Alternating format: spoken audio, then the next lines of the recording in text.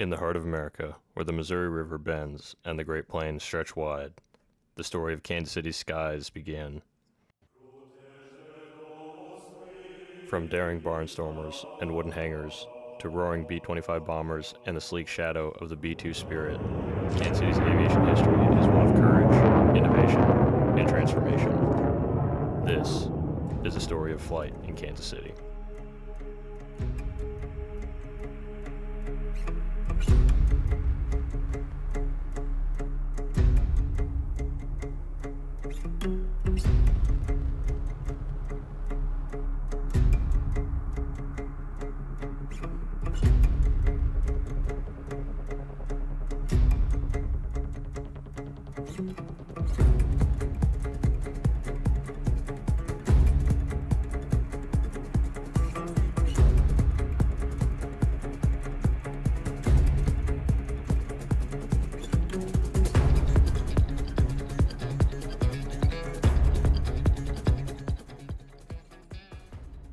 (1922), Richards Field.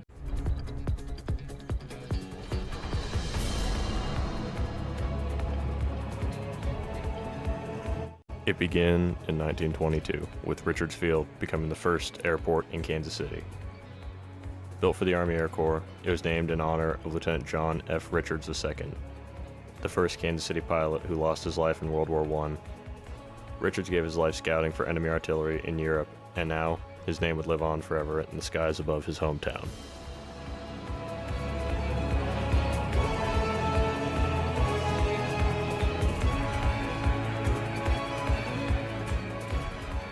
(1924), Fairfax Field.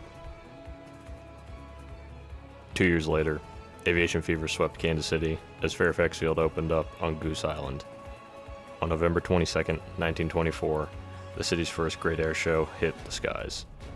Engines roared, stunts thrilled, and new generations of dreamers looked up in awe.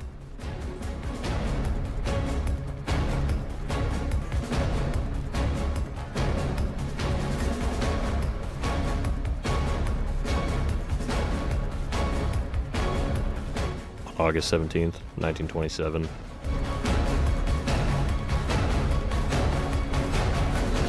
a recent hero touched down in Kansas City. Charles Lindbergh, fresh from his daring transatlantic flight, landed at Kansas City Municipal Airport, known then as Peninsula Field. He was there to dedicate the new airport that would become vital to the city. Before a crowd of 25,000, he spoke just not of his journey, but of the boundless future of flight. His words echoed across the river.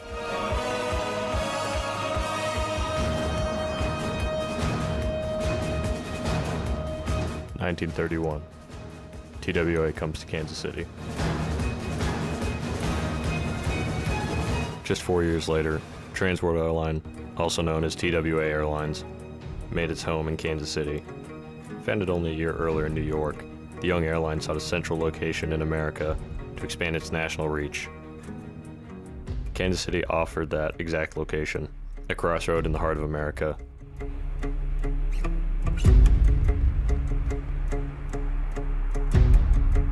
The company moved its headquarters to the Kansas City Municipal Airport, also known as MKC, that Charles Lindbergh had just dedicated, and Fairfax Field, just north of it, became its overhaul base, where aircraft were maintained and modernized. For Kansas City, this is more than just a business now. It was prestige, a declaration that the city was ready to stand shoulder to shoulder with the great aviation centers of the world. At MKC, TWA's red and white tail fins became a familiar sight, carrying passengers coast to coast. Behind the scenes, mechanics, engineers, and flight crews worked tirelessly, forging a reputation for innovation and reliability. By anchoring itself in Kansas City, TWA helped transform that region into a powerhouse for aviation.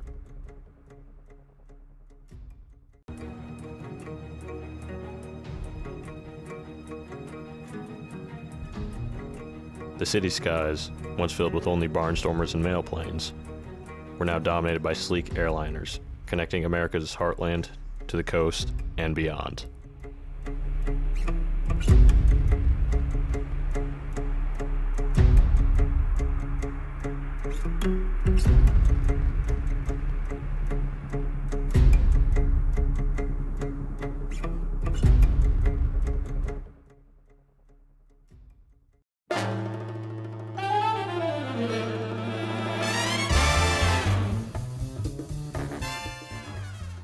In 1940, the War Department, along with North American Aviation, chose Fairfax Field as the site of a massive new plant.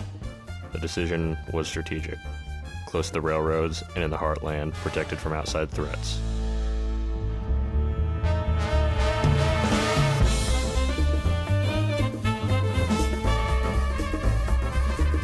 Construction moved at lightning speed. Where open fields once stood, walls of steel and concrete rose, enclosing one of the greatest factories of the arsenal of democracy.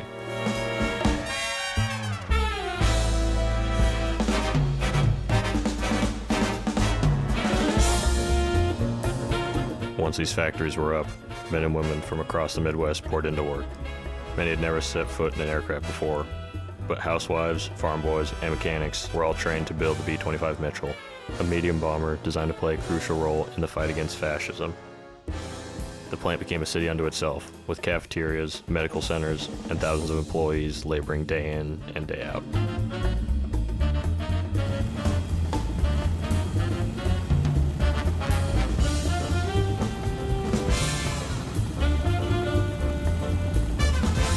While the U.S. was not currently involved in the war, it was just a question of when it would become involved.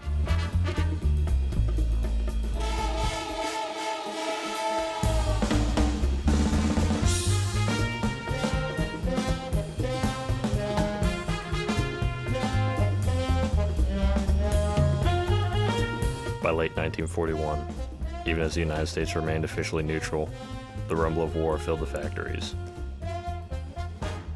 In November 1941, the assembly line came alive. Less than a month later, on December 7, 1941, the Japanese attacked Pearl Harbor, and America was thrust fully into World War II.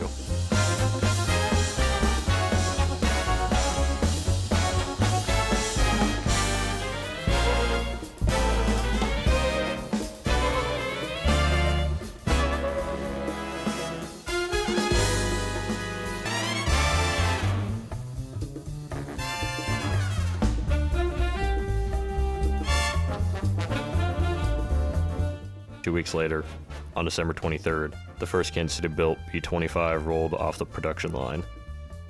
Christened Miss Greater Kansas City, was dedicated by Mrs. Thomas Bender.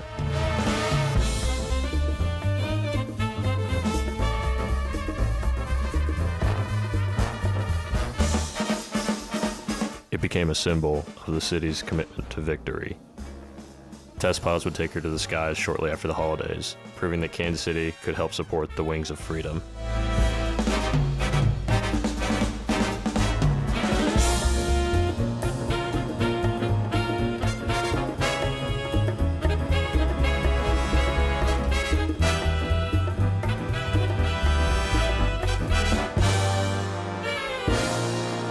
(1942) Training the heroes of World War II. As the war escalated, Kansas City also became a training ground for some of those heroes. At Naval Air Station Olathe, a young pilot, known by the name of John Glenn, took his first solo in a military aircraft. He would go on to become a Marine ace, as well as the first American to orbit the Earth.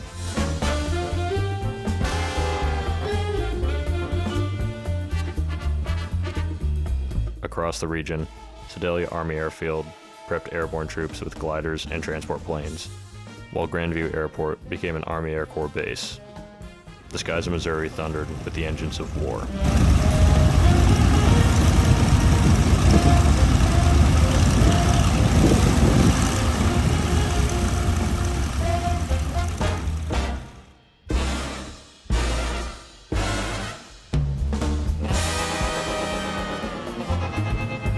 The B-25 Mitchell.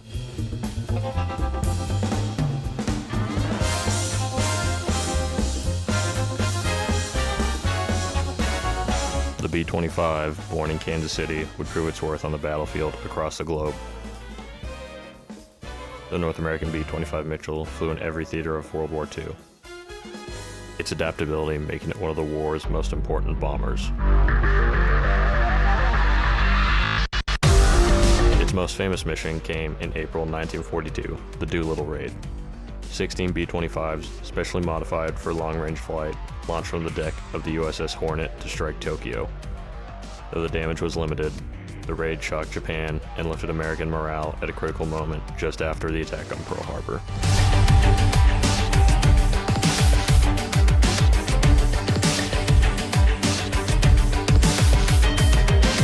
Elsewhere, B-25s supported the invasion of northern Africa, pounding the Axis position and supply lines there. In the Mediterranean, they hammered targets in Italy and the Balkans. While in the Pacific theater, they became a feared ground attack and anti-ship aircraft, strafing Japanese convoys and island strongholds.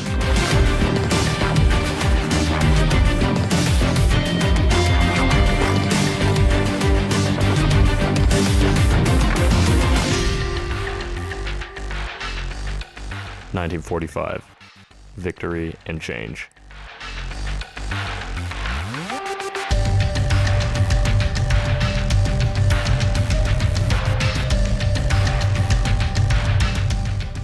By 1945, victory was in sight.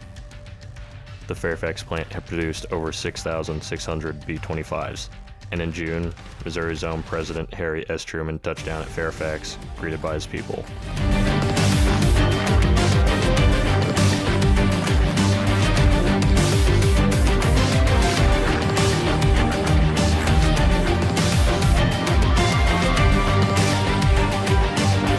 Yet in that same year, the world changed forever, as the Enola Gay and Boxcar both dropped atomic bombs on Japan. The war ended, and Fairfax plant turned from bombers to Buicks. The airport shifted once again, this time training air crews and becoming a TWA overhaul hub once again. Kansas City had helped win the war, and now it would help fuel the post-war boom.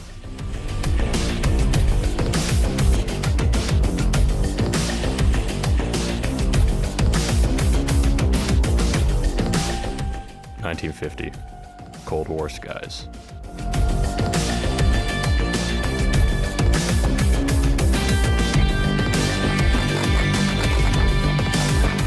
After World War II, the 1950s brought a new era known as the Cold War. Bases across the Midwest came alive with urgent new missions. Sedalia Army Airfield in Missouri was reborn as Whiteman Air Force Base, selected by the Strategic Air Command.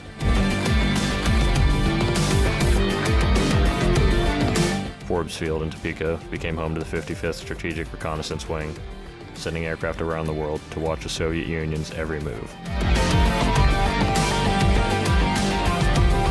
Grandview Airport transformed into Grandview Air Force Base, a fighter intercept stronghold guarding America's Midwestern skies.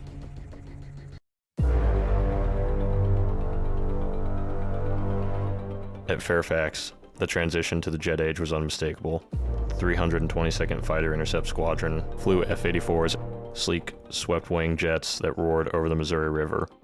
Their mission, to intercept and destroy potential Soviet bombers before they could strike the heartland. Yet the promise of speed came with a tragedy. In 1954, an F-84F Thunderstreak attempting to return to Fairfax Field crashed in Kansas City, killing the pilot and 3 civilians on the ground.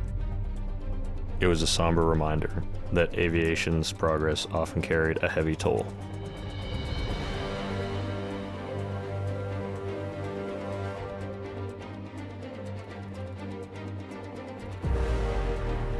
The decade also reshaped Kansas City's airport. MKC was strained under the weight of the growing commercial traffic. Its short runways and riverbanks location earned a reputation as one of the most dangerous airports in America. In 1951, there was also a huge flood that destroyed most of the infrastructure at the airport.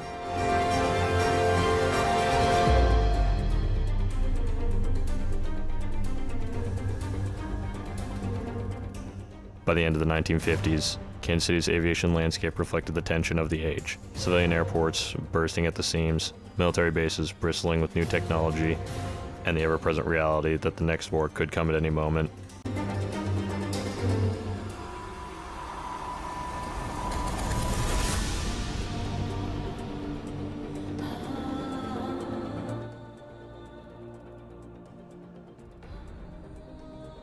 (1960s), the age of missiles and expansion.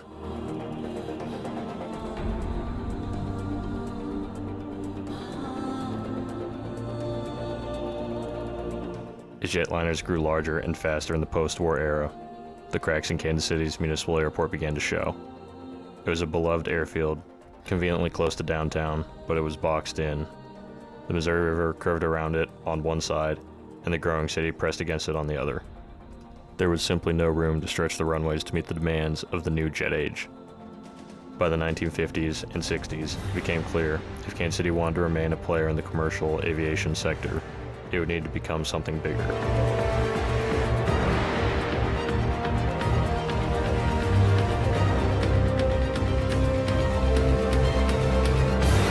Out of this necessity, plans for a bold new airfield began to take shape.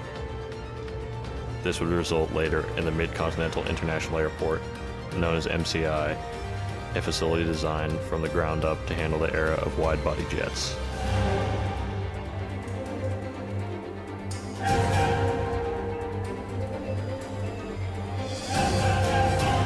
While commercial aviation was redefining Kansas City's future, the military presence in the region was also deepening. At Whiteman Air Force Base, the 351st Strategic Missile Wing stood up, placing rows of Minuteman I intercontinental ballistic missiles in underground silos across Missouri. Hidden beneath a quiet farmland, these weapons represented America's nuclear shield during the height of the Cold War, an invisible but ever-present force meant to deter a global catastrophe.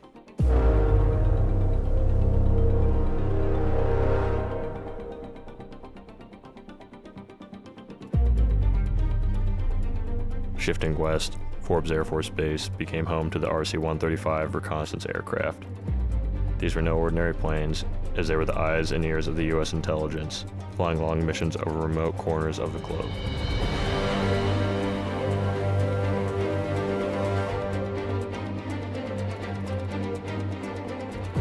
From mapping terrain to tracking movement of adversaries, the crews of these aircraft played their dangerous part in a game of cat and mouse with the Soviet Union.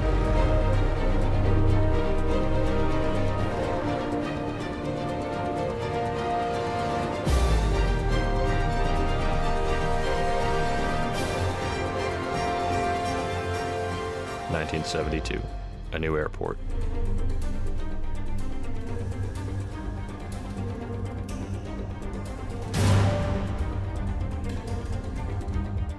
In October 1972, Kansas City celebrated the future. Then Vice President Spiro Agnew dedicated Kansas City's International Airport. Long runways, it promised to handle the jet age and beyond. It was positioned far away from the Missouri River and the major city, giving it safety and room to grow. 3 days of festivities marked its opening.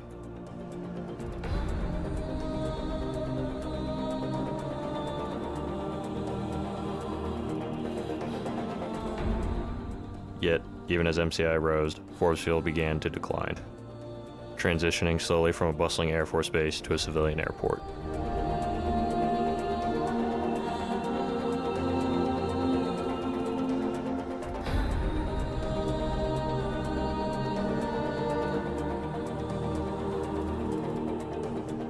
(1980s) Transition and legacy.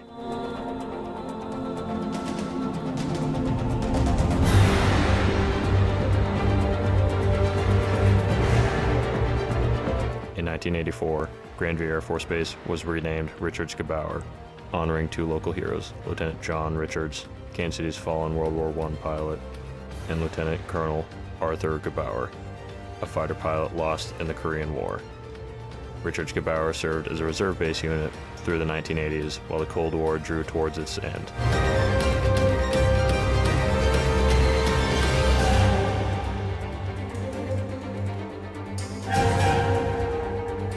The Berlin Wall then fell in 1989, signaling dramatic changes worldwide and the end of the Cold War.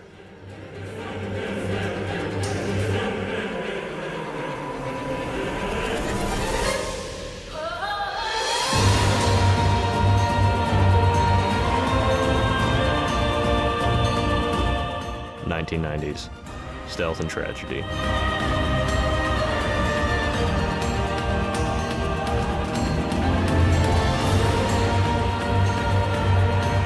In 1990, the legendary 509th Bomb Wing arrived at Whiteman Air Force Base, trading its missiles for the most advanced bomber in history, the B-2 Spirit, shrouded in secrecy, capable of evading radar, B-2 made Whiteman a cornerstone of America's nuclear deterrence.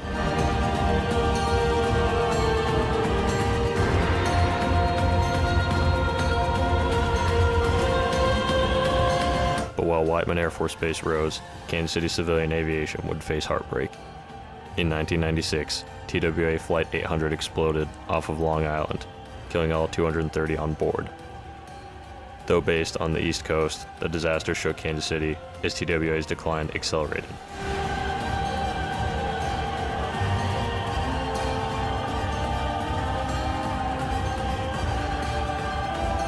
By 2001, the once proud airline headquarters for decades in Kansas City was absorbed by American Airlines. The end of an era that had helped define Kansas City's aviation identity.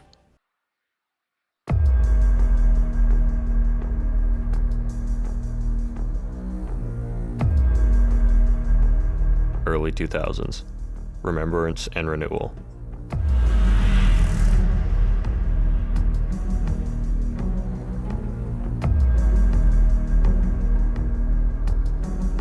The new century brought tragedy and resilience.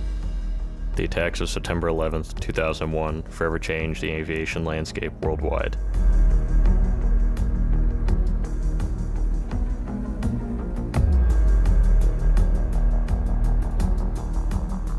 In 2002, Kansas City renamed its downtown airport to Charles B. Wheeler Airport, honoring the mayor and flight surgeon who had championed MCI's construction.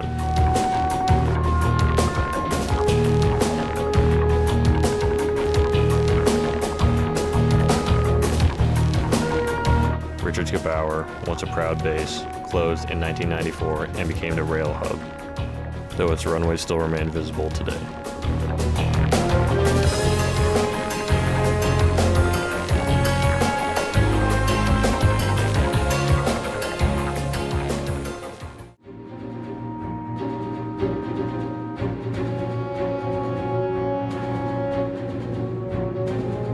In 2010 to today, the modern era.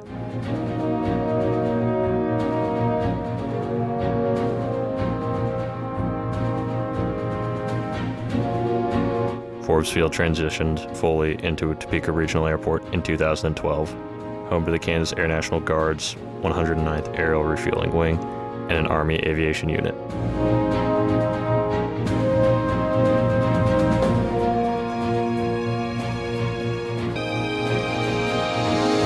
At Whiteman Air Force Base, the B-2 Spirit continued to fly missions all around the world from the small town of Knob Noster.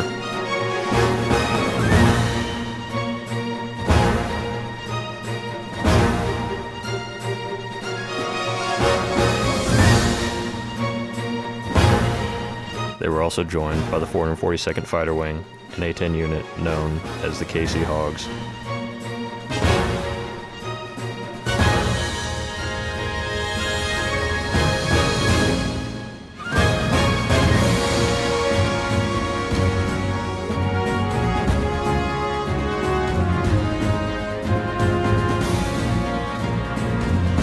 And in 2023, Kansas City opened its gleaming new single terminal at MCI. Modern, spacious, and designed for the next century of travel.